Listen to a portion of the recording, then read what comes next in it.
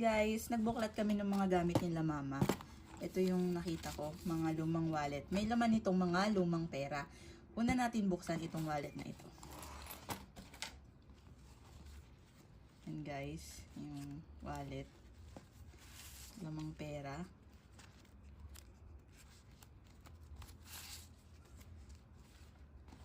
Ito lang yung laman guys. Nahin natin tong lumang 5 piso. Ayan. Meron pa ba kayong ganito? May natago pa ba yung mga magulang nyo? Tapos ito naman yung lumang 10 piso. Lumang 20.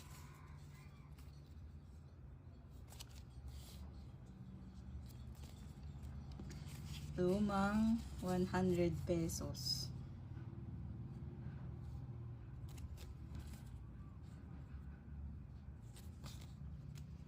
Tapos ito mga pera na to sa ibang bansa.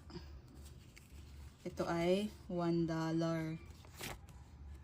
Bigay nung pinsan namin. Ito $1 din pero lumang version.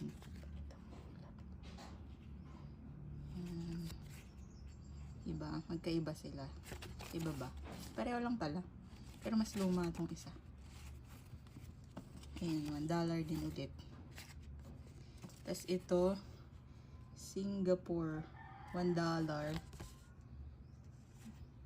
Itsura niya. Ito, ano ba to? Hindi ko alam. Galing atan Dubai to. Bigatan, tito namin. Noodles guys, noodles. Di ko alam eh. Tapos ito, galing Netherlands. Alam ko lang yan. Basta 5. Ito. Galing naman Canada. Ganda no guys. Umana rin. Galing naman Korea. 1,000 won.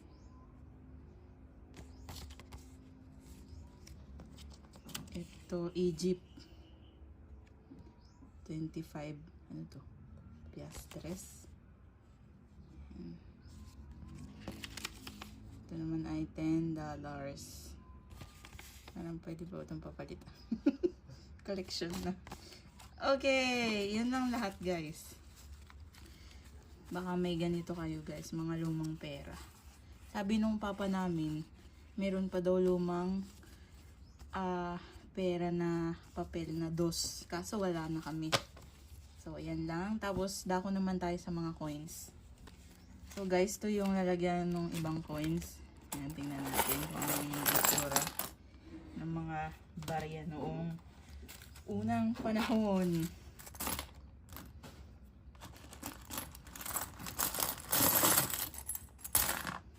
Shout out, baka may bumibili dyan. Charot. So guys, ngayon pinagsasama-sama ko yung magkakapareho. Pinaghihiwa-hiwalay ko para mas madali kong mapakita sa inyo.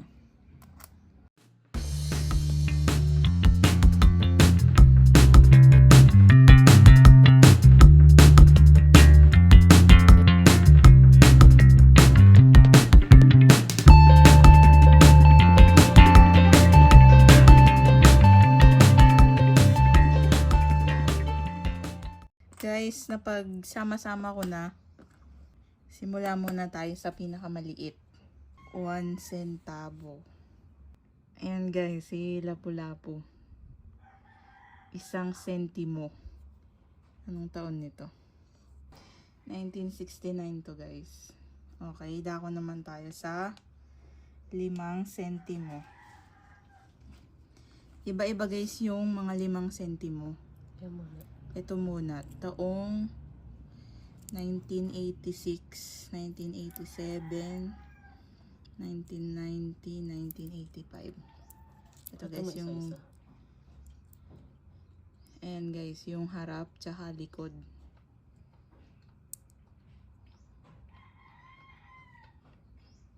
Kita ba guys? Ayan. Tapos ito yung likod niya. Yan guys, 5 sentimo. So, ito yung una kong pinakita, unang version. Tako tayo sa second version. Yan guys, yung pinaka harap niya. Tapos, ito yung pinakalikod. Hanap tayo ng mas maganda. Ito ata. Mas maganda ba to? Ay, hindi. So, ayan guys. Ito yung isang version ng 5 sentimo. Next, meron ulit. Cute, diba? Siya pa rin guys. Si Melchor Aquino pa rin. So, ito naman yung likod. Para siyang may taong parang naglalaro. Parang sports fest. Ganun. 1980s. Ayan. Diba? Dako naman tayo sa 10 centavos. Ito muna tayo, yung mukhang laruan. So guys, ito yung harap nung 10 centavos. 10 sentimo. Ito yung likod. Si Francisco Baltasar yung tao niya. Yung nasa unahan niya. So yan guys, cute. Tapos ito, Pandaka Pygmea yung nasa likod. Okay. Dako naman tayo sa ibang design ng 10 centavos. Ito yung likod. Ito yung likod niya. Likod, harap. Yan. Next naman, ibang design ulit. So guys, ito naman yung ibang design ng 10 centavos. Taong 1963. Ito yung likod niya. Ayan. Madami kaming mga sample. Madami kaming natabi. Ayan, natabi nila. So guys, ito yung isang style ng 25 cents. Si Juan Luna. Ito yung likod. Pakita natin yung harap at likod.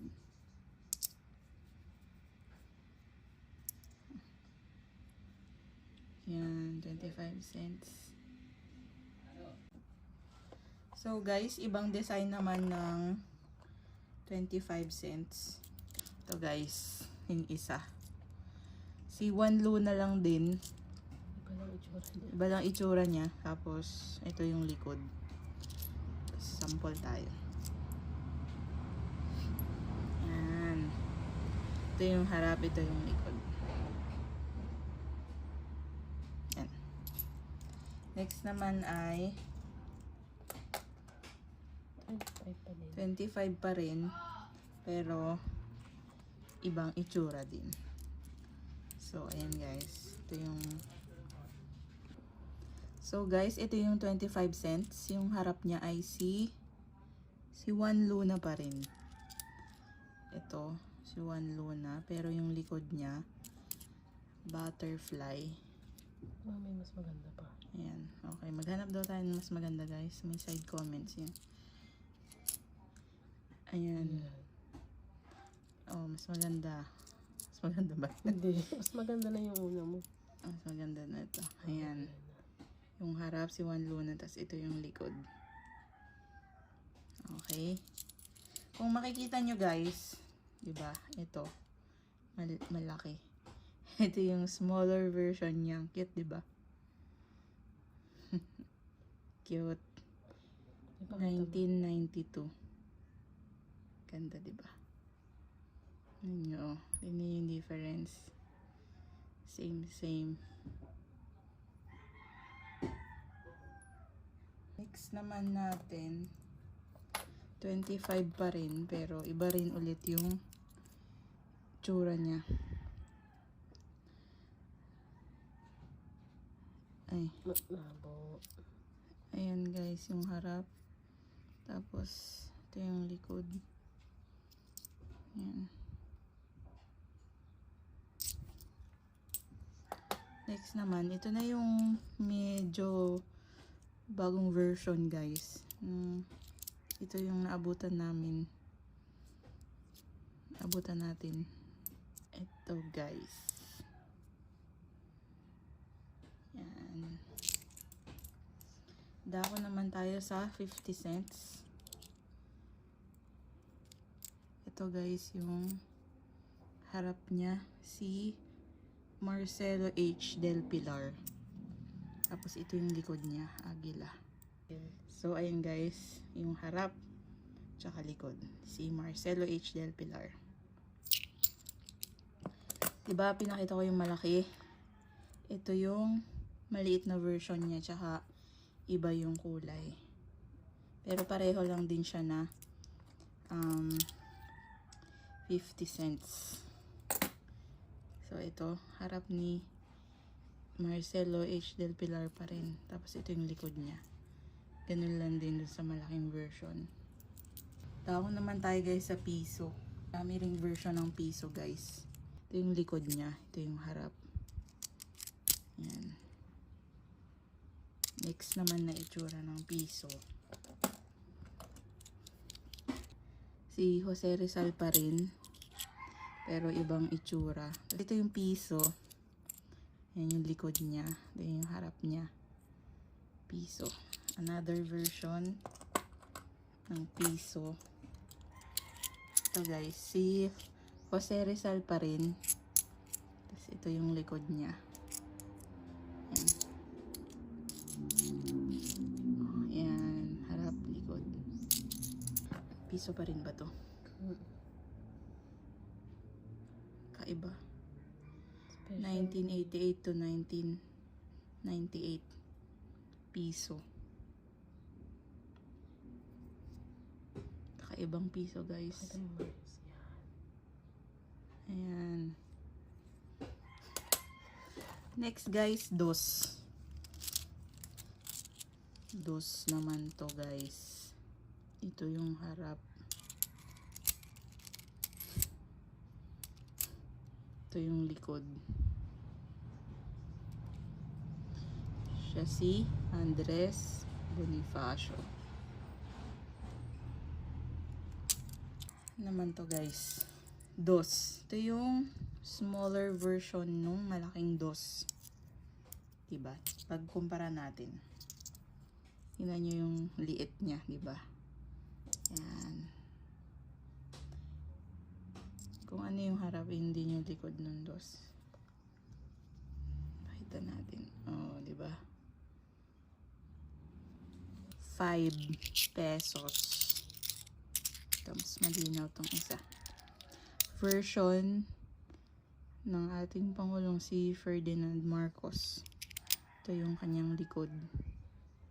5 piso. Mas maganda itong harap niya. Harap natin. Ayan.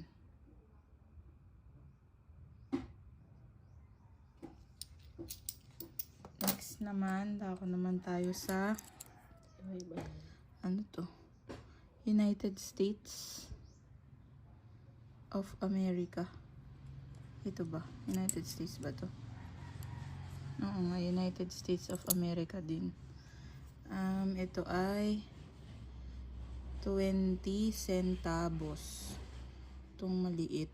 Parang nabura na. Ang likod pareho. 25. Ay, 20 pala. 20 centavos. Naman yung malaking version guys. Binutasan ni Papa. Ginawa ata niyang ano sa pansabit. Ito ata guys yung ano, yung pera noong sinakop tayo ng US. Kasi tingnan nyo, 1 peso. Filipinas. Pero ang likod niya, pakita mo yung likod. Ayan.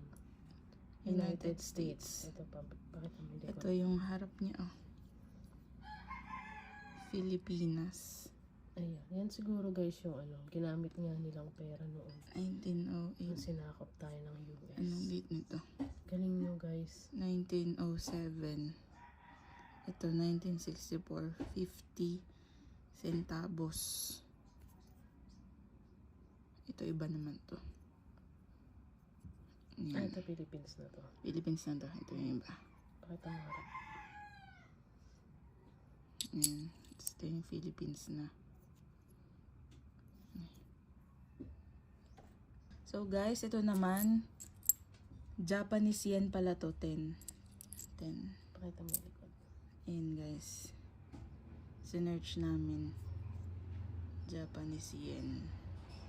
Okay, next. Ito, mukhang Saudi ulit to. Hindi ko sure. Di ko na na-search. Noodles ulit guys. Alam. Ito yung last, ano to? In God We Trust, 1984, Liberty. 1 dime. United States of America. So, yan guys.